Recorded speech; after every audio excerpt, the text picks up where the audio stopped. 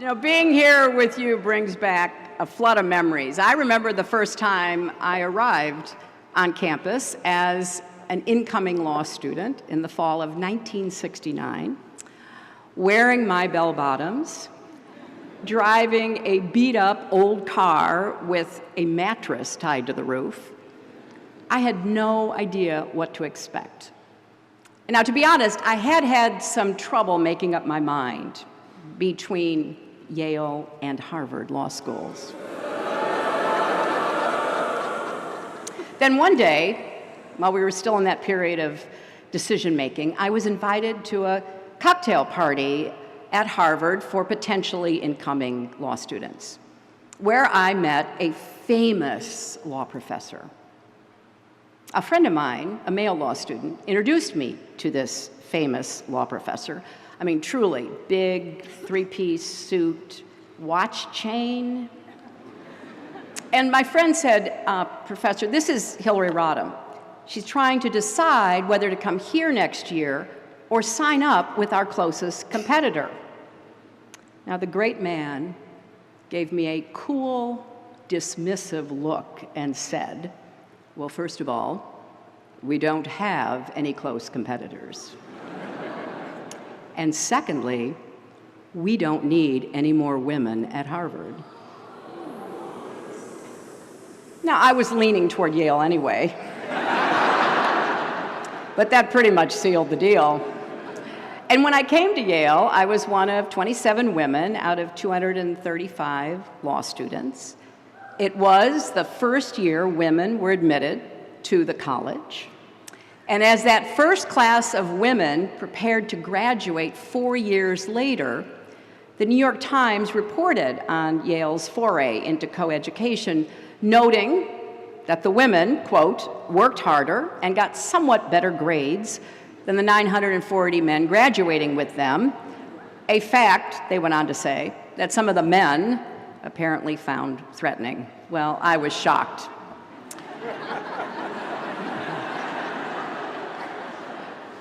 But over the years, Yale has been a home away from home for me, a place I've returned to time and again. I spoke to Class Day back in 2001 on the 300th anniversary of the university. And I hope that that will be the case for many of you as well.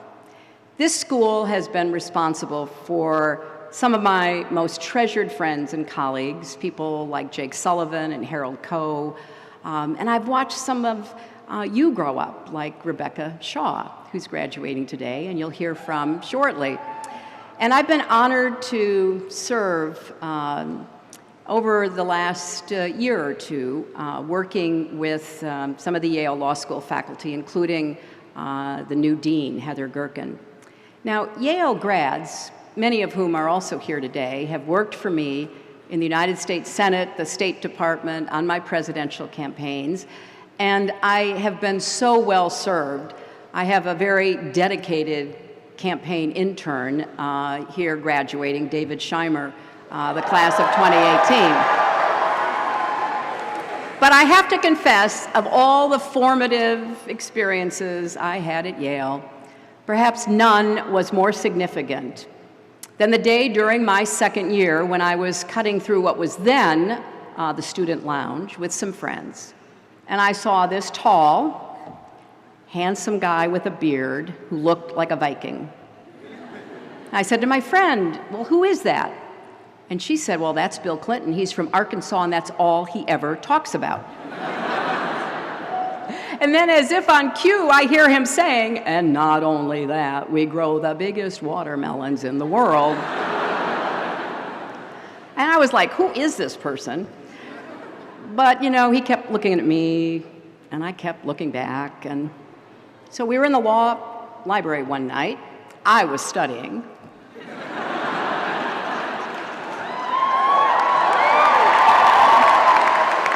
But I couldn't help but see, you know, occasionally as I lifted my head up, that he was, again, looking at me. So finally I thought, this is ridiculous. So I got up, went over to him, and I said, if you're going to keep looking at me and I'm going to keep looking back, we at least ought to be introduced. I'm Hillary Rodham. Who are you? And that started a conversation that continues to this day. Now, it was also here at Yale that I saw a flyer in the law school on a bulletin board that changed my life. Now, some of your parents and grandparents may remember flyers and bulletin boards. For the rest of you, suffice it to say, that was how we got information. It was like Facebook, but the bulletin board didn't steal your personal information.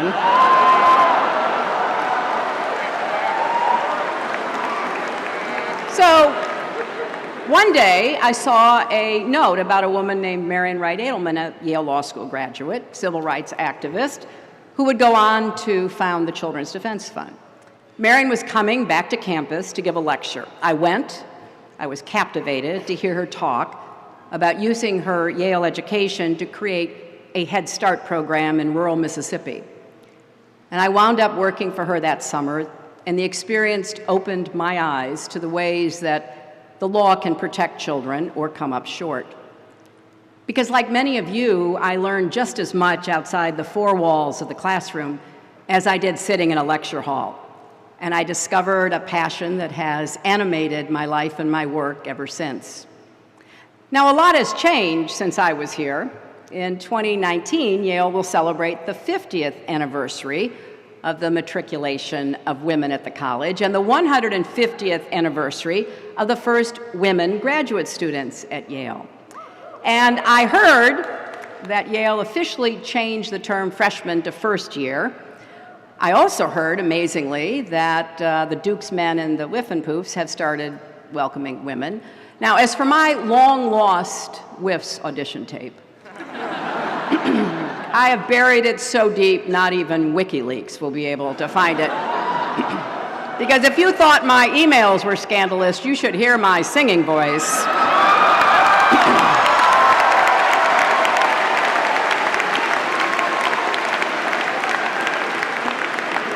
I find it very exciting that today's graduates hail from all 50 states, the District of Columbia, Puerto Rico, Guam, and 56 other countries. And in your 4 years on campus, you've survived late nights in the Bass cubicles and early mornings in the Sterling stacks. You've trekked up Science Hill. Maybe you've even found love at the Last Chance dance. And now you're ready to take on your next adventure. But maybe some of you are reluctant to leave. I understand that. It's possible to feel both. Because the class of 2018 is graduating at one of the most tumultuous times in the history of our country. And I say that as someone who graduated in the 60s. I recently went back and looked up those famous lines from Charles Dickens in A Tale of Two Cities because, I usually end after saying it was the best of times, it was the worst of times. But it goes on. It was the age of wisdom. It was the age of foolishness. It was the epoch of belief. It was the epoch of incredulity. It was the season of light. It was the season of darkness. It was the spring of hope. It was the winter of despair. Now, Dickens was writing about the years leading up to the French Revolution, but he could have been describing the ricocheting highs and lows of this moment in America. We're living through a time when fundamental rights, civic virtue, freedom of the press, even facts and reason are under assault like never before. But we are also witnessing an era of new moral conviction, civic engagement, and a sense of devotion to our democracy and country. So here's the good news. If any group were ever prepared to rise to the occasion, it is you, the class of 2018. You've already demonstrated the character and courage that will help you navigate this tumultuous moment. And most of all, you've demonstrated resilience. Now that's a word that's been on my mind a lot recently. One of my personal heroes, Eleanor Roosevelt, said, "You gain strength, courage, and confidence by every experience in which you really stop to look fear in the face. You are able to say to yourself, I have lived through this horror. I can take the next thing that comes along." Well, that's resilience. And it's so important because everyone gets knocked down. What matters is whether you get back up and keep going. This may be hard for a group of Yale soon-to-be graduates to accept, but yes, you will make mistakes in life. You will even fail. It happens to all of us, no matter how qualified or capable we are. Take it from me. Oh, I remember those first months after that 2016 election were not easy. We all had our own methods of coping. I went for long walks in the woods. Yale students went for long walks in East Rock Park. I spent hours going down a Twitter rabbit hole. You spent hours in the Yale memes group. I had my fair share of Chardonnay. You had penny drinks at Wode's.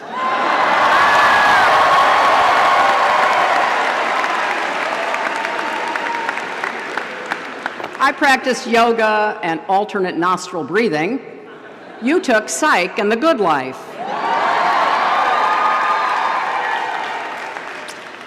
And let me just get this out of the way. No, I'm not over it.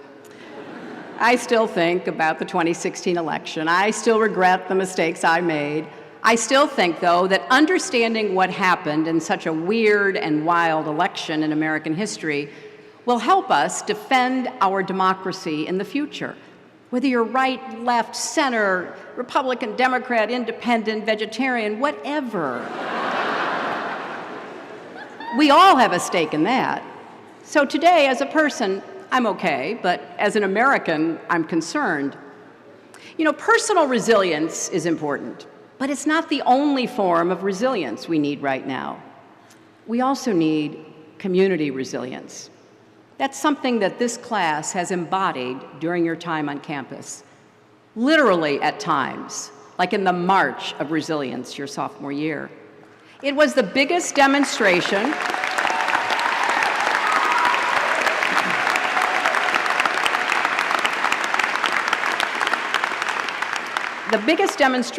in the history of the school. That's 300 plus years. Led by women of color, supported by students and faculty, determined to make Yale a more just, equitable, and safe place for everyone. Many of you have said that March was a defining moment in your college experience, and that says something about this class and your values. Because the truth is, our country is more polarized than ever. We have sorted ourselves into opposing camps, and that divides how we see the world. The data backs this up. There are more liberals and conservatives than there used to be, and fewer centrists. Our political parties are more ideologically and geographically consistent, which means there are fewer Northern Republicans and fewer Southern Democrats. And the divides on race and religion are starker than ever before. And as the middle shrank, partisan animosity grew. Now, I'm not going to get political here, but this isn't simply a both sides problem. The radicalization of American politics hasn't been symmetrical. There are leaders in our country who blatantly incite people with hateful rhetoric, who fear change, who see the world in zero-sum terms, so that if others are gaining, well, they must be losing. That's a recipe for polarization and conflict. Our social fabric is fraying, and the bonds of community that hold us together are fractured. This isn't just a problem because it leads to unpleasant conversations over the Thanksgiving dinner table. It's a problem because it undermines the civic spirit that makes democracy possible, the habits of the heart that de Tocqueville found so unique in the American character. I believe healing our country is going to take what I call radical empathy.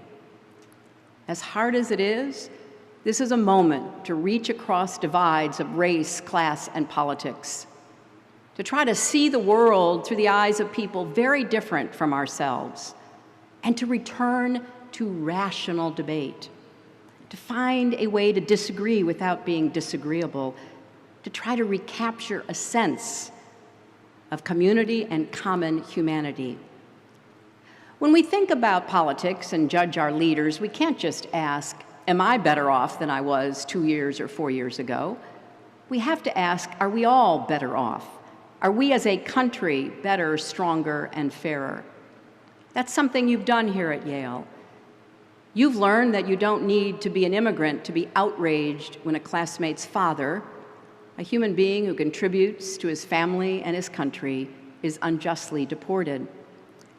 You don't need to be a person of color to understand that when Black students feel singled out and targeted, we still have work to do.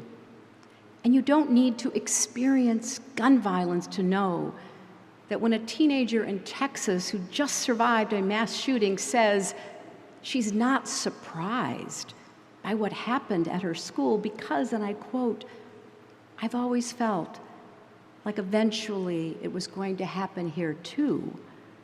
We are failing our children. So enough is enough. We need to come together, and we certainly need common sense gun safety legislation as soon as we can get it.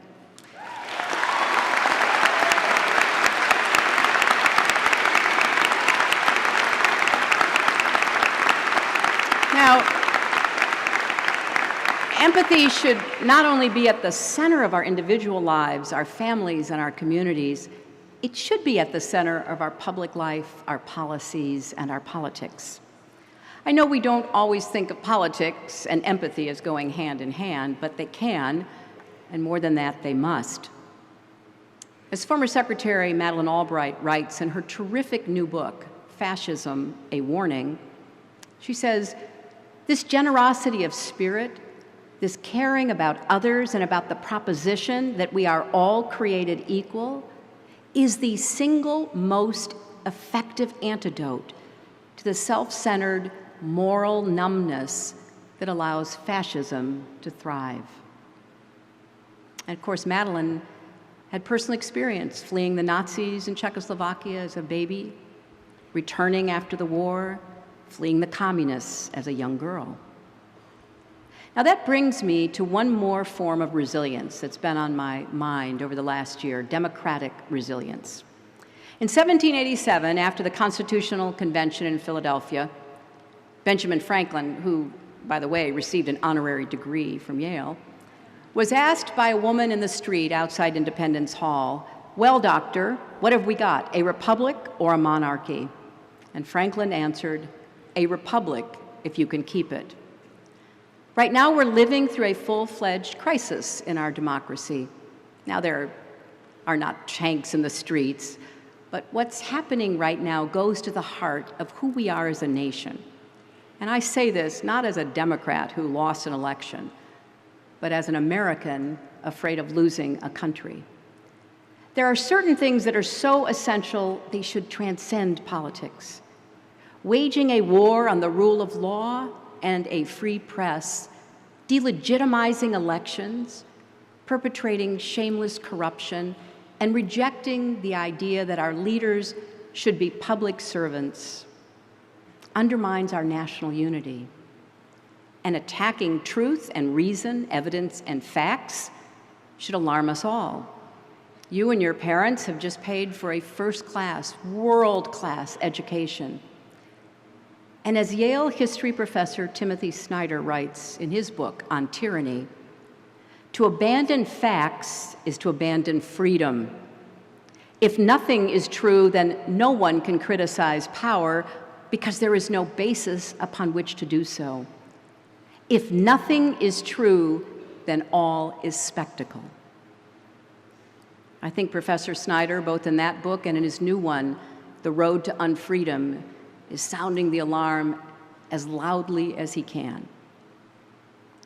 Because attempting to erase the line between fact and fiction, truth and reality, is a core feature of authoritarianism.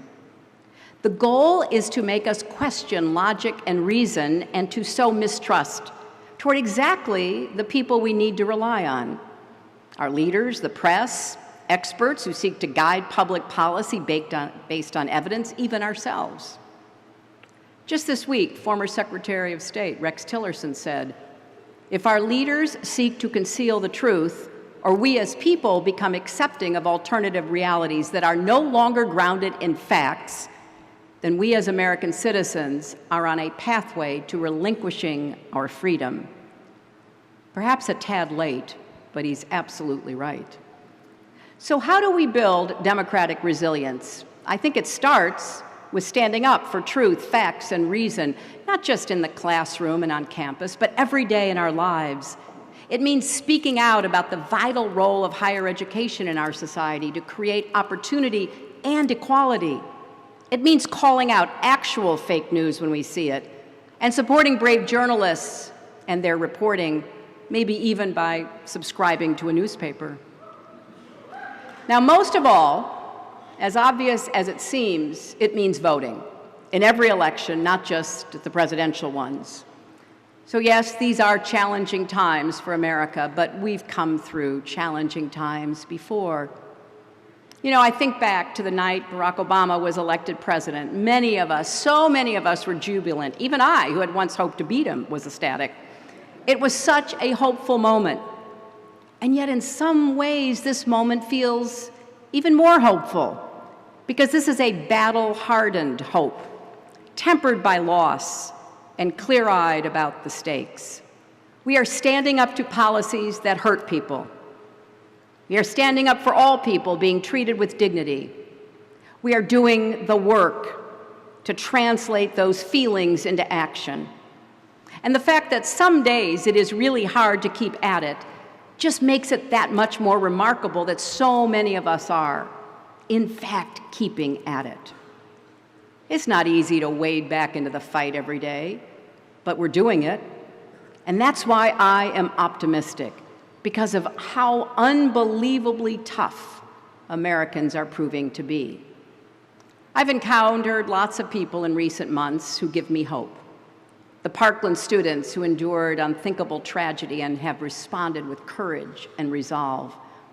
The leaders and groups I've gotten to know through Onward Together, an organization I started after the election to encourage the outpouring of grassroots engagement that we're seeing. Everyone who is marching, registering voters, and diving into the issues facing us like never before, some for the very first time in their lives. And I find hope in the wave of women running for office and winning, and hope in the women and men who are dismantling the notion that women should have to endure harassment and violence as a part of our lives.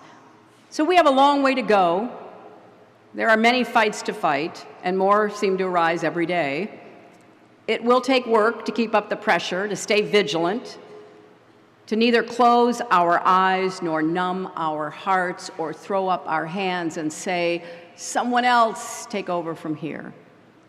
Because at this moment in our history, our country depends on every citizen believing in the power of their actions, even when that power is invisible and their efforts feel like an uphill battle. Of every citizen voting in every election, even when your side loses. It is a matter of infinite faith, this faith we have in the ability to govern ourselves, to come together, to make honorable, practical compromise in the pursuit of ends that will lift us all up and move us forward. So yes, we need to pace ourselves, but also lean on each other, look for the good wherever we can, celebrate heroes, encourage children, find ways to disagree respectfully. We need to be ready to lose some fights, because we will.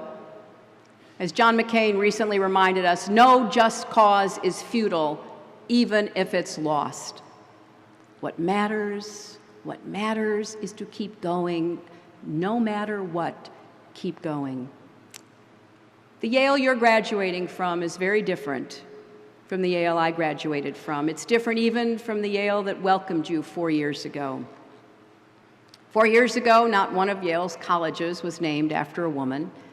Today, students are carrying on the legacy of a trailblazing LGBT civil rights activist at Pauli Murray College and celebrating one of Yale's own hidden figures at Grace Hopper College, named after the naval officer who happened to be one of the first computer programmers in America. Those changes didn't happen on their own. You made them possible. You kept fighting, you kept the faith, and because of that, in the end, you changed Yale as much as Yale changed you. And now it's time for you to make your mark on the world.